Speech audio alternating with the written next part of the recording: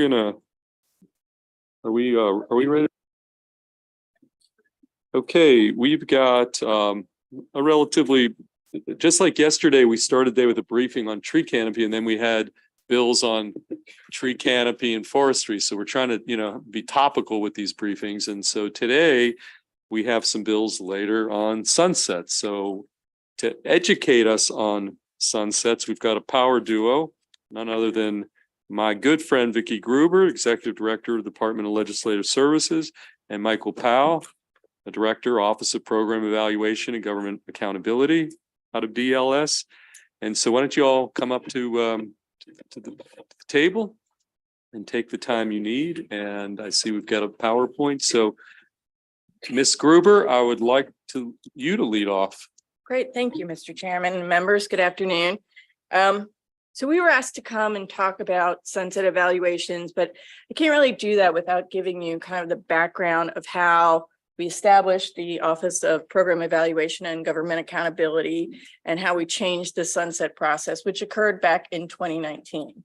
In 2019, when I was first appointed to my role as the Executive Director, there had been discussions that had been ongoing about reorganizing DLS, and we put forward legislation that did a couple of things.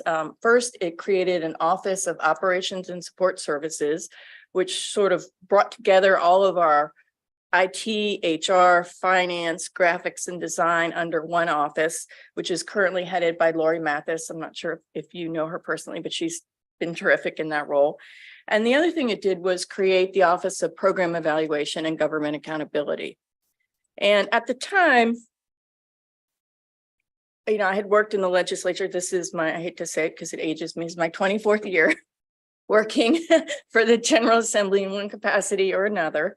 But over the years, as issues arose, members would ask for, when there was a problem with a unit of state government or a board or commission, members would ask for a performance audit or a financial audit. And that wasn't really, I think, what was needed at the time. As for those of you, many of you serve on joint audit and now joint audit and evaluation committee. And you know that audits take a long time. I mean, often between 6 to 9 months, and that's not quick enough to what the General Assembly had been asking for all those years. So at the time, my predecessor, before I came back to DLS, he had been thinking of establishing an Office of Program Evaluation within the Office of Legislative Audits.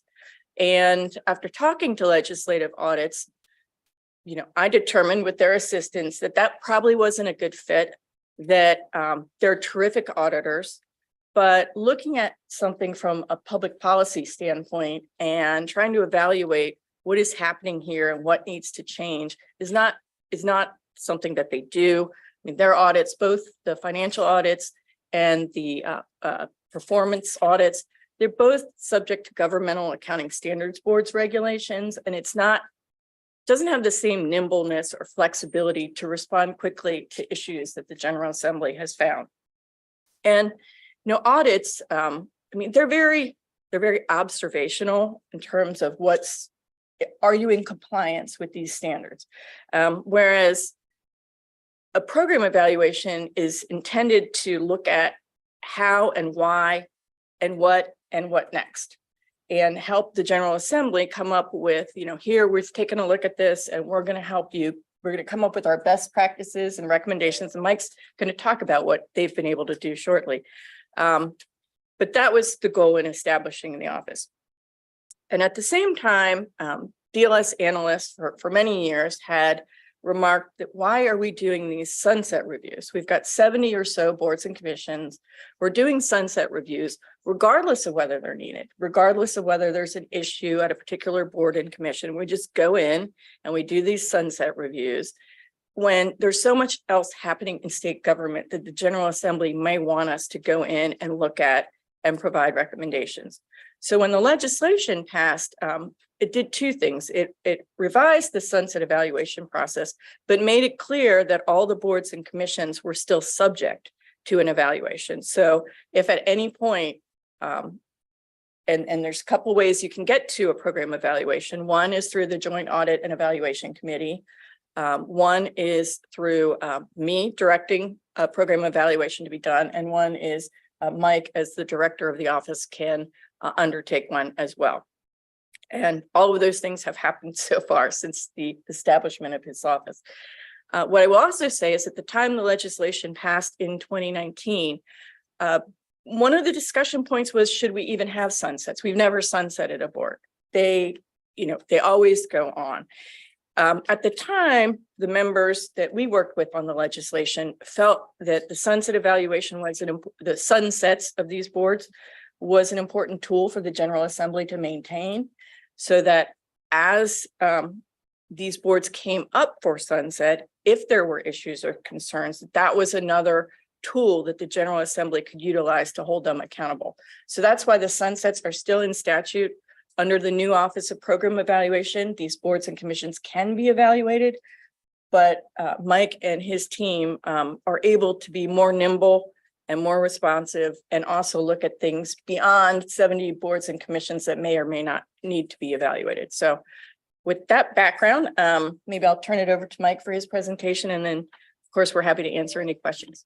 Okay, welcome, Mr. Powell. Mr. Chairman, you mind if I use the podium? So Absolutely. That's our new podium that Huh? did not exist before this session. So just so you know, we Very love that you're nice. using it. That's good. Thanks. So for the record, my name is Mike Powell, and I'm the Director of the Office of Program Evaluation and Government Accountability.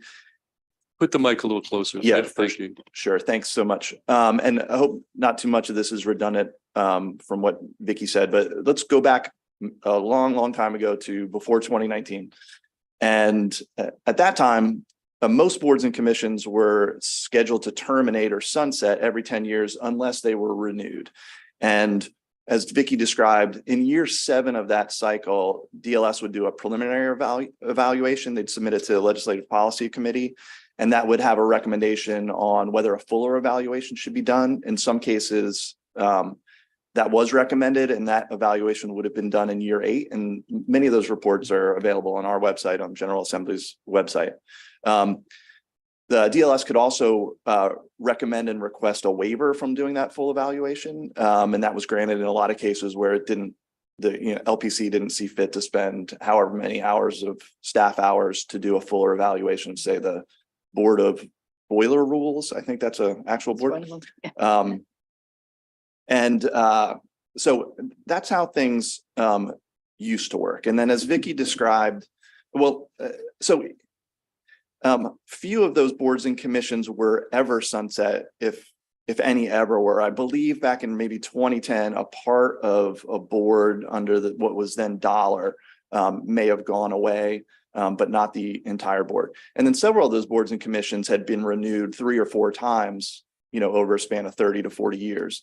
And practically some of these boards and commissions should probably never terminate. If the Board of Nurses was to terminate, there'd be no entity to license nurses in the state of Maryland anymore. And so resources to look at other parts of government were limited, and there was no real mechanism to look at these boards and commissions earlier in that 10-year cycle.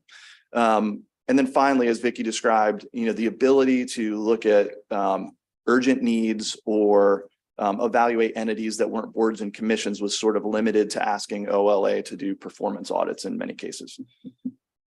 So as Vicky described, my office was created in 2019. I started towards the end of that year. It was modeled on offices from many other states in the country. They're all a little bit different. They're not quite as prevalent in the Northeast, but Virginia has an excellent one. North Carolina had an excellent one. Maine's got one.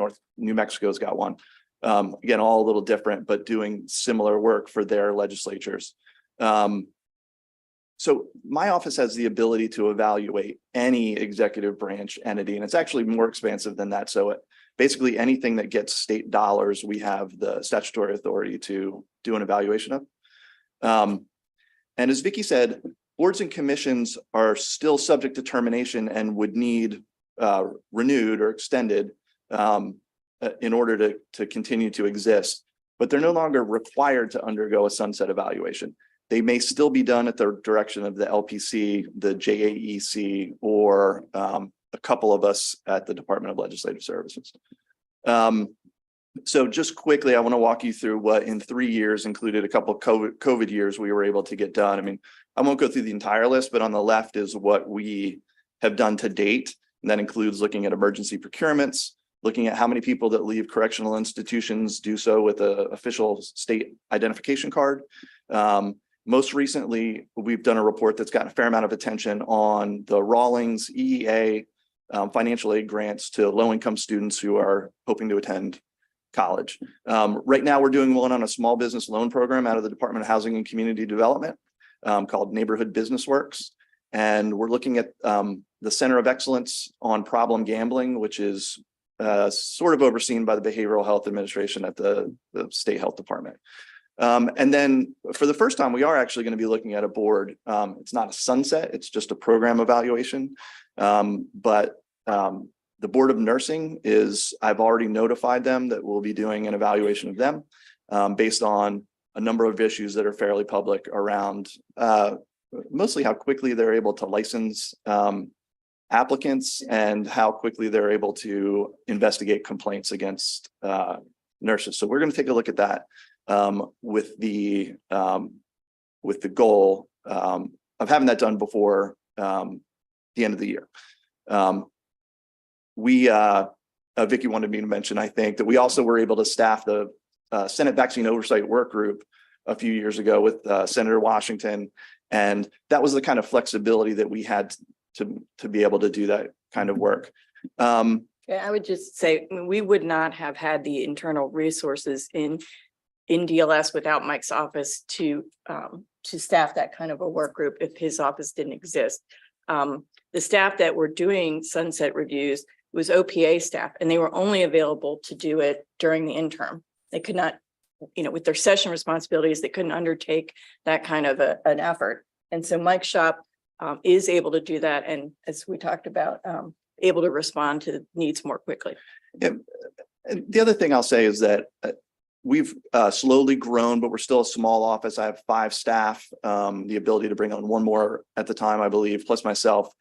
And they're people that are hired because they're really good at evaluating the efficiency and effectiveness of government programs and making modest recommendations for how they can be improved. And that's what we've been able to do. And we kind of are able to do that full time. So we're happy to look at boards and commissions that are important to the legislature for us to take a look at, like the Board of Nursing. But DLS is no longer required to do, these sunset reviews of every board and commission on that 10-year cycle. At staff's request, I put together this last slide, which just shows, I believe, the 5 boards or commissions that are under this committee who may be subject to renewal now or soon. And the last time they were evaluated, this would have been back before the Maryland Performance Evaluation Act of 2019. They all got preliminary evaluations in the 7th year, I believe, of their extension. And in every case, the recommendation was to waive a full evaluation and I believe to renew those boards, which happened. And I am happy to take questions. I don't have anything else to present. I have had to learn about this too, because I arrived as sunsets were proverbially sunsetting. Okay, again, I think I mentioned earlier, we have some sunset extent. We have some bills today on this very topic. Okay, we're going to start with Vice Chair Kagan, then Senator Hester after that. Sure. Do you mind if I sit at the? Absolutely. No, you have to stand forever. We will not allow you to sit down. Those are the rules. There you go. Thank you both. Vicki Gruber, thank you for your decades of service to the residents of Maryland, and you have done such extraordinary work and have always been collaborative. And as the first woman running the Department of Legislative Services, which folks know, but maybe people who are watching from home don't know that that includes, everything from human resources to bill drafting, amendments, fiscal notes, policy analysis, and like a million billion more things. So thank you for being a leader and a role model and all that. And Thank you. And Mike, thank you for what you do, because your work helps guide our decisions. So thank you both for being here. I am on the Joint Audit and Evaluation Committee and have been in the House and in the Senate, and believe that it's a really important part of our job, not just to create policy and spend money, but to make sure it's working, and to make sure that taxpayer money is being spent in a prudent and appropriate way. And so this committee, and I'm especially looking at Senator Hester, but Senator Washington also, and over the last several years on our former committee, EHE, and we have several members who are new here. We have used the sunset for accountability. And Mike, I'm going to suggest that the adverb you chose for the Board of Nursing was incorrect. How quickly they have approved nursing licenses is not the problem. It's how slowly they have approved the licenses. And I think we've all heard from constituents who have accepted jobs and are being threatened with not being able to start the jobs. They've moved their families here. They're ready to work. They're providing health care to our constituents. And yet, because the Board of Nursing has been such a hot mess, they have not been able to get their licensing. And even when we intervene, it is still glacial. And that's absurd. So that's a problem. And so we have dragged our feet to make clear that we were concerned. The Board of Architects, I was the problem child on that because I had a constituent who had a license fraudulently used by a former subcontractor, a former staffer of his, and the Board of Architects was completely non-responsive over and over and over, phone calls and letters for multiple years and in hearings, and still they haven't taken action. And so there are problems. And so if they were up for a multi-year, we'd give them a year or we'd give them 2 years, come back, get your act together, report to us. And so that tool has been valuable. And it seems to me that as part of losing our H in our committee name, health, I guess we're not going to have the Health Occupations Oversight Board anymore in this committee, but I have high confidence in our friends and colleagues over in the Finance Committee that they will continue our work in asking the hard questions. So I thank you for what you do to help guide us, but I assure you there are problems in some of these boards. And so whether that's new appointments by the Moore-Miller administration, whether that's closer oversight by you and by us or whatever that is, but we've got to make sure that these boards are working in order to make the trains run on time and make sure that we're getting people who are certified, who are licensed to be able to do their jobs. So that was more a statement than a question, but I'm passionate about this. And so I really appreciate that you guys are here. So thank you. Thank you, Mr. Chair. Senator Hester, did you still have a question? Thank you, Mr. Chair. And Vicky, thank you. And Mr. Powell, thank you for being here. We really appreciate it and all the work that you've put in over the years. We had a conversation offline about the role of the sunsets, and to the vice chair's comment about accountability. I took away from our conversation that it was actually difficult for DLS when we use these as an accountability tool. And I was wondering if you could speak to how we use these and if there's no sunset review anymore unless we ask for it, and then we're looking at the audit reports and we see things that need to be improved, what is the best way for us to use the sunset? How would you advise us going forward? Well, I think there's a couple of things. One, and offline, I don't know if you had a chance to read it. I sent something offline as well. One of the issues, and it's not just about boards and commissions, but agencies in general. I mean, they'll have audit findings, multiple repeat audit findings. And, DLS can look at an issue and say, hey, whether it's the auditors or Mike's team, hey, we've seen these problems, here are these issues. But ultimately it's executive branch that has to take action to resolve those issues. DBM has an audit compliance unit. They're a 5-member, they're relatively small. And, I don't want to speak out of turn, but I have suggested to the new administration that might be something to look at expanding, because when there are problems in state agencies, the agency with the problem or the repeat audit finding may not have the internal capability or capacity to address it. And if there were a team an audit, like a real audit compliance team, and this is just my suggestion, one of many you could consider. I think they would be able to send people in to help an agency or a board or a commission turn things around. That the legislature has tools too. You have the power of the purse. You can restrict money in these boards and commissions. And I will tell you, for a board like the Board of Nursing, if you restrict $100,000, that's painful to them if they don't fix things. So that, you do have tools to motivate them remedying the situation. One of my concerns is, do these boards and commissions and agencies at the time that you want things fixed have the capability and capacity to do it? And do they need additional resources from, whether it's the audit compliance unit or DBM or some other function, that they're getting technical assistance and also clear direction that this needs to happen from that branch of government that they're in? Okay, we're going to go to Senator Washington, and then we'll go to Senator Crozier. Thank you both so much for being with us. I was just reflecting back as well. It looks like you started in government at the same time this agency, this DLS started essentially. And then also Mr. Powell and I know each other from, way back. And so it's just good to see where we are today. But your last comments were actually a good transition to my observations and my questions about when it comes to these boards and the agencies in which they sit. Sort of, it is a management issue, right?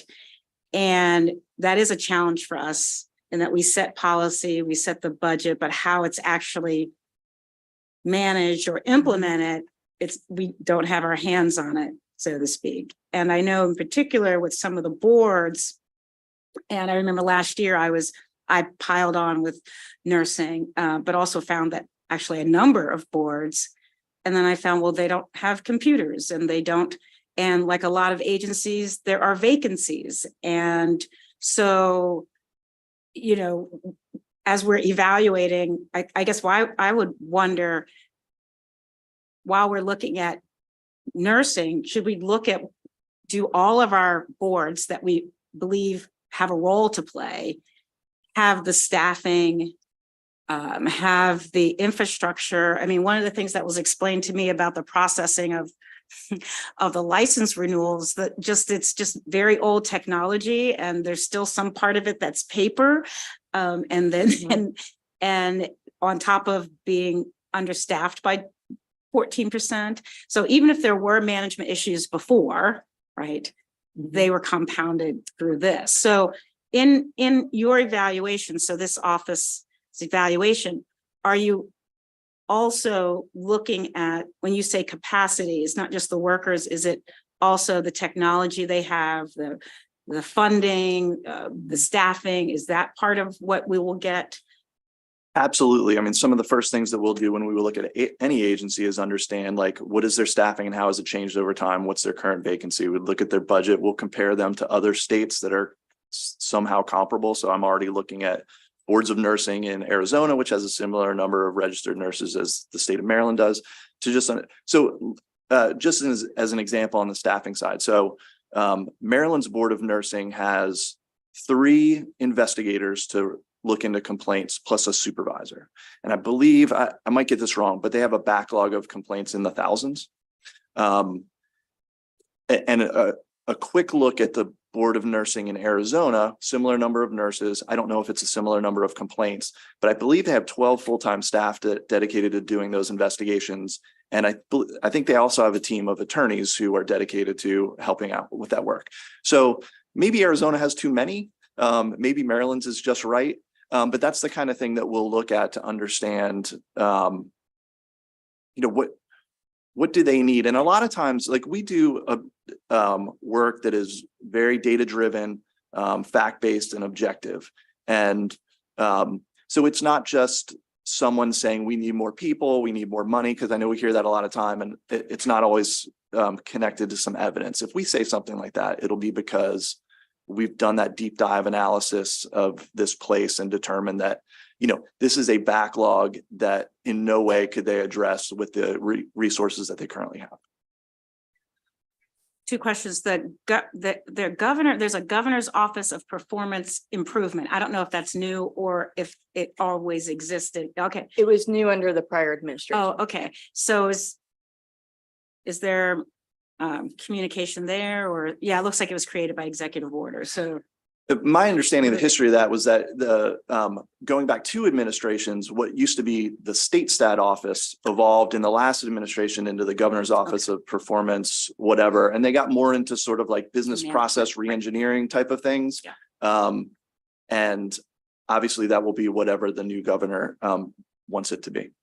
And then just finally, the Board of Nursing, I look at all the professions that report under nursing, and it's quite a lot. So I'd be interested in maybe you looking at different boards and sort of seeing, you know, as new professions come up, where they're getting assigned. But in particular, nursing has, you know, anything that seems to be remotely medical. We don't think, okay, should a dialysis technician go under nursing? Or I kind of feel like that should go under where the doctors are, you know, and it just seems like all the ancillary medical things go under nursing. And yeah, and so that kind of rebalancing where the professions go would be something that would be. Senator, it's a great suggestion. We'll take a look at Yeah, that. when we please, yeah, it's, all right, thank you One very of the other things I would say is, you know, most of these boards are self-funded, and by that I mean they're funded by the fees, the license fees to the individuals regulated by them. Oftentimes when they raise a fee, they raise it to a point where it creates a fund balance that can carry them through, you know, 3 or 4 years without having to raise fees again. But the problem is when you identify, you know, you need additional resources, you need computers, and if it's not in that plan, then additional fees to the licensees might have to take place. And the boards are hesitant to do that, even if it's needed. So I think that becomes a part of the issue as well. Rosa? Thank you, Madam Chair. Ms. Gruber, it's great to see you here today. I want to thank you for your leadership and professionalism. And I'd also like to follow up on a different issue offline if I could next week. But my specific question, and it I think goes to, because you have this example of the Board of Nursing that you are, I'm assuming that the Evaluation and Government Accountability Office is looking into at this point. And, you know, I think that Madam Vice Chair shared a lot of our constituent concerns with this. My question is, will you be coming in addition to the evaluation? And I really like the fact it's an evaluation and not a long audit where you need the information now. Do you come back with specific recommendations to say, okay, we did look at this, and it's not just money and staffing. There's an organizational issues here. For example, I've been concerned that, you know, when I did not receive a response in a timely fashion, that I was taking it up to the Secretary of Health to try to get this resolved. And to me, that's, you know, and then sometimes I'm told, well, they're kind of independent, but at the same time, you know, so I guess I would like to know if, you know, your recommendations include, you know, those type of specific recommendations, so we can really improve the current system. Sure. All 9 reports that we've published, I think, have all had recommendations in them. Some of them are to the legislature that something should be done by legislation. Some of them are directly to the agency, which is that like simply should do something a different way, or should consider doing things like this. They sometimes are very modest, and sometimes a little bit more would be more impactful. We had on the Rawlings EEA grants for financial aid, that was the first time we ever went beyond just recommendations to say, here are some things to consider, because there's not always a perfect solution for a problem, but we had sort of identified the problem and said there are a number of ways that you can go about addressing that. So certainly I expect they'll make our way into the board of nursing evaluation as well as any other evaluation we do. Follow up and just, and I appreciate knowing that, but then is there follow-up to see if they took to, if they actually followed through on your recommendations? There is. So by statute, we're required to follow up with them after 9 months of publishing a report to see what progress they've made on any of the recommendations that we had. They report that back, and that's shared with Joint Audit and Evaluation Committee. Do you have any more questions? Senator Carosa, you good? I see no other questions, and Senator Gallion is listening in, but had a family emergency that he is dealing with, but he is participating and is interested in all this as well. So if there are no other comments that you all have, We don't, we just thank you all for your ongoing support of us, and, we're always available for whatever you need. thank you so much. Thank you to you both. Have a good weekend. Thank you for being with us. That concludes our briefing, and we'll start our bill hearings. And oh no, we're going to stop the taping and restart. So